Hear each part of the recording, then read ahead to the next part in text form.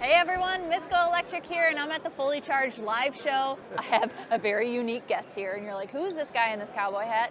If you don't know him, you're gonna know, because Roger Atkins is with me here. He's from EV Outlook. He is one of the top LinkedIn voices for so. EVs. Yeah, if I am, I'd be very pleased about that. So thank you. Thank you, Lacey. He is. And you guys got to follow Roger because he has been talking about EVs for, well, kind of nearly 20 years.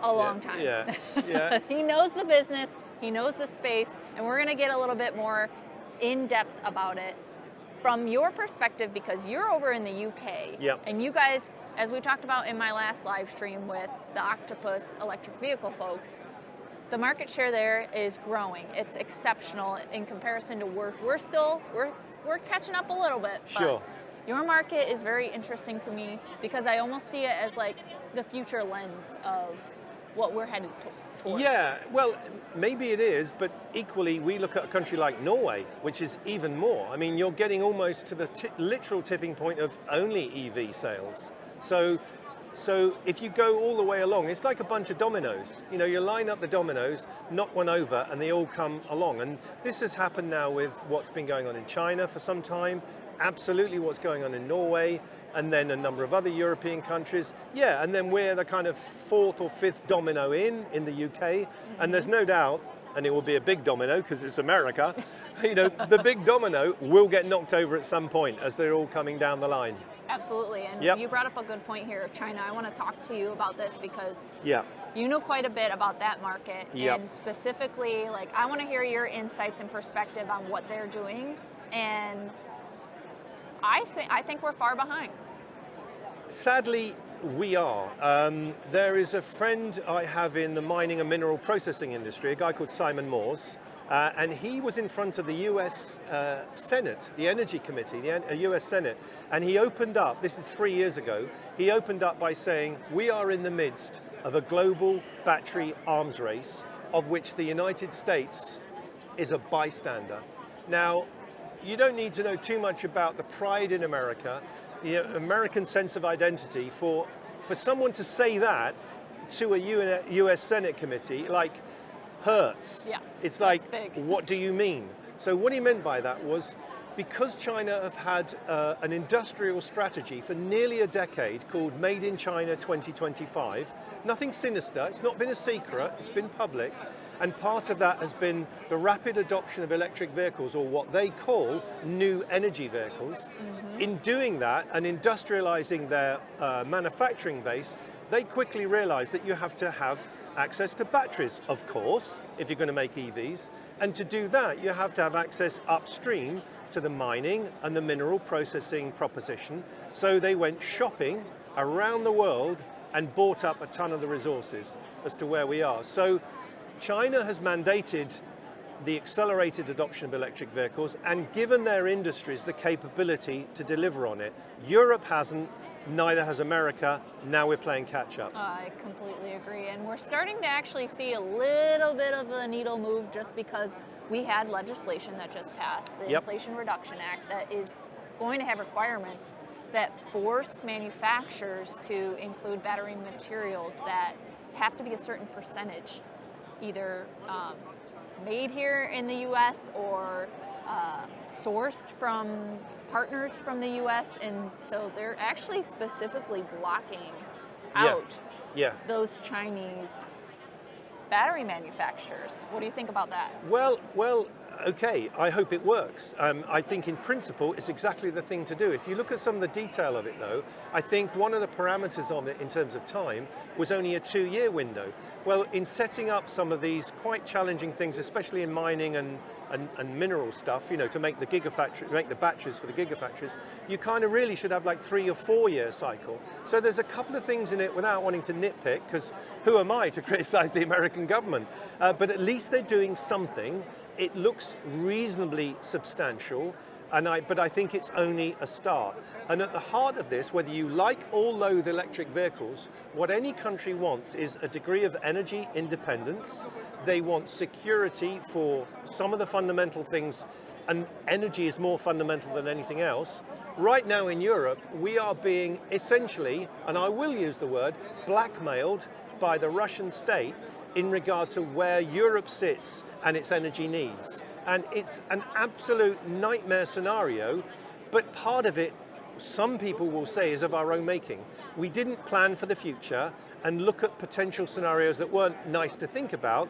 And in the same way, if we're wholly reliant, allow ourselves to be wholly reliant on essentially Chinese battery manufacturing, what does that mean for the localized automakers in Europe and America if something changed that was, a challenge? Yeah. So this is significant for jobs, significant for the economy, therefore, significant for just the balance of power across the world. It's not an anti-China thing that I'm talking about here. I'm talking about pro-balanced economics so that we don't find ourselves, any of us, in a vulnerable position where we're essentially compromised. So that's my kind of, I'm on a soapbox saying all of that, so forgive me, but I'm as pro-America as I am pro-UK, pro-Europe, and Look at the cowboy hat. yeah, well, come on. Yep, I'm even thinking of buying a horse. Now, how American is, I don't know where I'm going to put it, but yeah, I mean, because my son said to me, Dad, don't wear a cowboy hat if either you're not a cowboy and you haven't got a horse. So, I suppose I have to make good. You wear it well, Roger, don't worry. Thank you. Okay, one thing I want to talk about now is, after all this China talk, there's other things that people aren't necessarily considering in the electric vehicle space that I know you're really passionate about, and many of you might not know that I am also very passionate about, which is motorsport. Yeah. I want to hear your take on the transition to more sustainable processes and also electrification of motorsport, whether that even be from Formula One to Formula E, which is gaining ground, and they're coming out with their new Gen 3 platform, which is going to be the most powerful and really exciting, I think. I couldn't agree with you more. I think, to be frank, if you haven't liked, for whatever reason, Formula E up to now, make sure you pay attention when Gen 3 comes out, because faster, they've got pit stops, so they're going to have fast charging moments where they come in for a pit stop. The car is radically different. So many things about it are 100% going to be so much more exciting, to be frank. That isn't to suggest it wasn't exciting before, but it's just going up, ramping up a few big notches. Maybe Lacey, but I put together my own documentary series, which I've just finished the second episode of, called Motorsport in the Electric Age. Because, I like electric vehicles. I am an EV advocate. I'd like to think of myself as that. But I love motorsport, and I like Formula One. And I must confess, some of my friends in and around EVs think that's a bit incongruous. Yeah. How can you do that? Well, if you look at the engineering prowess within Formula One, particularly Formula One, the rapid prototyping capability, the incredible teamwork that they can deliver, all of those things, if we just throw that away, almost by accident, in just removing Formula One because we don't like it, this would be a big mistake. And I think the other thing is, motorsport, when it's on a track, even with combustion engines, it's away from people, or the people choose to go and watch that. That isn't the same thing as having lots of polluting vehicles in our towns and cities, in and around children and lots of other vulnerable people.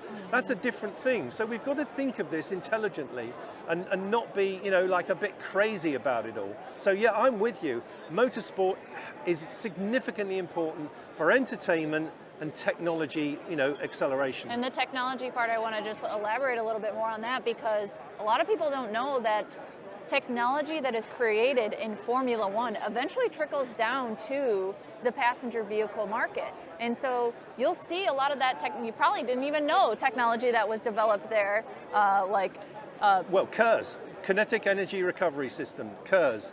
That's about capturing energy, harvesting energy into a battery, and in a hybrid and on an EV, that's a fundamental. Came from Formula One. Regenerative braking, guys. Pretty amazing. Well, this is it, because they have the budgets, because they have arguably the best engineers in the world. they get stuff done. Look at what Mercedes have just done with the EQXX, 1,000+ kilometers on a single charge. How did that happen? A lot of the work for that vehicle came out of a facility in the UK called Brixworth, and Brixworth is where the great Formula One engineers are around the Mercedes proposition and all of that stuff. So, you know, I don't have favourites because I like to be an independent consultant, Lacey, as best I can. But I do have a soft spot for Mercedes for a couple of reasons. One, because they have been doing some cool stuff.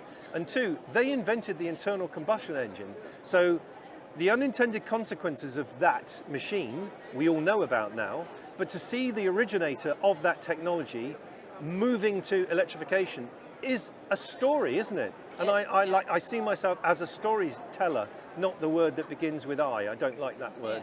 I'm not one of those people. Well, I don't want to be in it. No, I'm not going to even say the word. Don't say the word. Yeah. You know what the word is. Scratch it from your mind. Storytelling is, I hope, I don't want to sound pompous, but I think more noble and hopefully more interesting, but the audience has to be a judge of that, don't they? That's true. Mercedes is doing some interesting things because, like you just mentioned with the EQXX, it's all about aerodynamics. And I mean, it is just a slippery vehicle because not only are they doing it just from the exterior design standpoint, but the wheels even are articulating so that it can create a much smoother surface so that the range can just, and as we're talking about in motorsport in specific, you know, that's a huge portion of performance on the racetrack. Aerodynamics, lightweighting, all the classic parts of how to make a motor car move through the air quickly on the least fuel possible, whether that's hydrocarbon fuels or, you know, electrons. So the principle is the same. And we had Corey from Monroe here yesterday on stage being asked the question. Yeah, what a great question that was asked was, when are electric vehicles going to get cheaper? And Corey was explaining, well, this is the bill of materials, these are the technologies and advances that are coming, these are the ways in which we can get what you say in the industry, the phrase is called cost down, but you know, to everybody else who just wants to buy a car or use a car, is it going to get cheaper? Yes, it is. So it's a combination of scale up, so volume always, you know, scale always delivers a cost benefit, cost down benefit, but also innovation. And you know, people like Corey and Monroe and all of those guys, they're all over this stuff. So they can see where the weight can come down, where, you know, the efficiency can go up, and all of that stuff. And all of that then will, and pretty quickly, help us get to the point where EVs are much more affordable. Because, you know, let's not dress it up at the moment. They're not, are they? No, and that's why we're starting to see the Inflation Reduction Act and bills to come in to try to get those price points down. And especially at this point when there's so many shortages and the battery prices, they'll eventually get down, but not everyone has started the manufacturing process or has built their factories where they're going to be building these batteries. So we need to be able to have those in mass market. But I think it's exciting too to see a lot of the companies out there like Redwood Materials who are then closing that loop and getting that supply chain to be more efficient so we don't have to continue mining necessarily. And so I think that is significant. But I want to go back to the Formula One and the Formula E stuff because real quick, do you think that there is room for both? And what do you think the future of Formula One is going to look like? Because obviously they've been hybrid since 2014, which is a great, you know, progressive step.